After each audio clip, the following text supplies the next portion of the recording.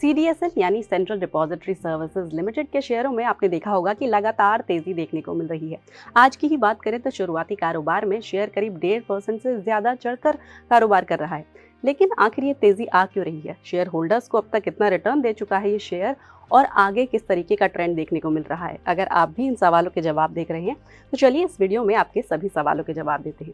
सबसे पहले तो आज की बात करते हैं। शेयर में करीब 1.5% से ज्यादा की तेजी है। कल शेयर में करीब 10% का उछाल देखा गया था और शेयर 1682 रुपए के लेवल पर क्लोज हुआ था।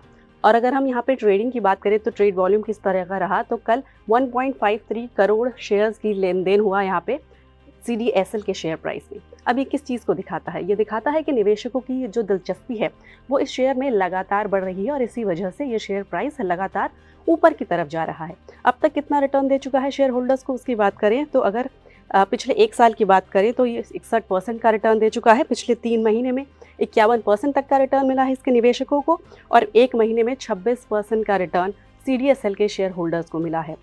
लेकिन ऐसा नहीं है कि ये रोजी पिक्चर ही थी और लगातार उछाल ही देखा जा रहा है।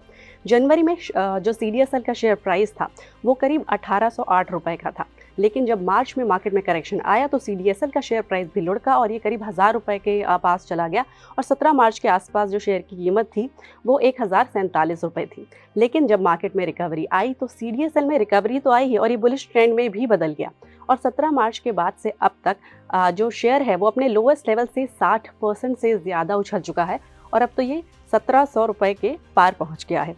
जो ये लगातार शेयर प्राइस में बढ़ोतरी हो रही है इसकी वजह से कंपनी का मार्केट कैप भी 34,900 करोड़ के पार जा चुका है। अब अगर हम बात करें कि आखिर इस तेज़ी की वजह क्या है, क्यों ये शेयर लगातार बढ़ रहे हैं, क्यों निवेशक इसमें दिलचस्पी दिखा रहे हैं, तो सबसे पहला जो रीज़न है जो डेली वॉल्यूम्स है, ट्रेडिंग वॉल्यूम्स है वो लगातार बढ़ रहे हैं जिसकी वजह से शेयर प्राइस में बढ़ोतरी हो रही है। जो दूसरा रीज़न है वो ये है कि जो डेली मूविंग एवरेजेस हैं, चाहे वो शॉर्ट टर्म के हों या फिर लॉन्ग टर्म के हों, जो शेयर प्राइस है वो उससे ऊपर ही ट्रेड कर रहा है और जब भी डेली मूविंग एवरेजेस से शेयर प्राइस लगातार ऊपर ट्रेड करता है तो ये दिखाता है कि एक अप ट्रेंड देखने को मिल रहा है, यानी कि आगे चलकर भी शेयर प्राइस में यहाँ पे ग्रोथ देखने को मिल सकती है और फर्दर उछाल यहाँ पे आ सकता है।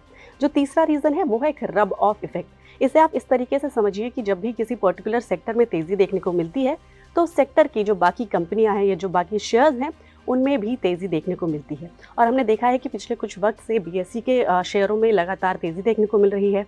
एनएसई के आईपीओ, एनएसडीएल के आईपीओ को लेकर जो बातचीत चल रही है उसकी वजह से बीएसई और सीडीएसएल के शेयरों को भी फ़ायदा हो रहा है क्योंकि निवेशकों की दिलचस्पी यहाँ पे लगातार बढ़ रही है। तो क्या आप भी सीडीएसएल के निवेशक रह चुके हैं या फिर अगर आप अब भी यहाँ पे पैसा लगाने के बारे में सोच रहे हैं तो हमें कमेंट करके बताएं। लेकिन हाँ, किसी भी तरीके का निवेश करने से पहले अपने फाइनेंशियल एडवाइज़र से ज़रूर बात करें।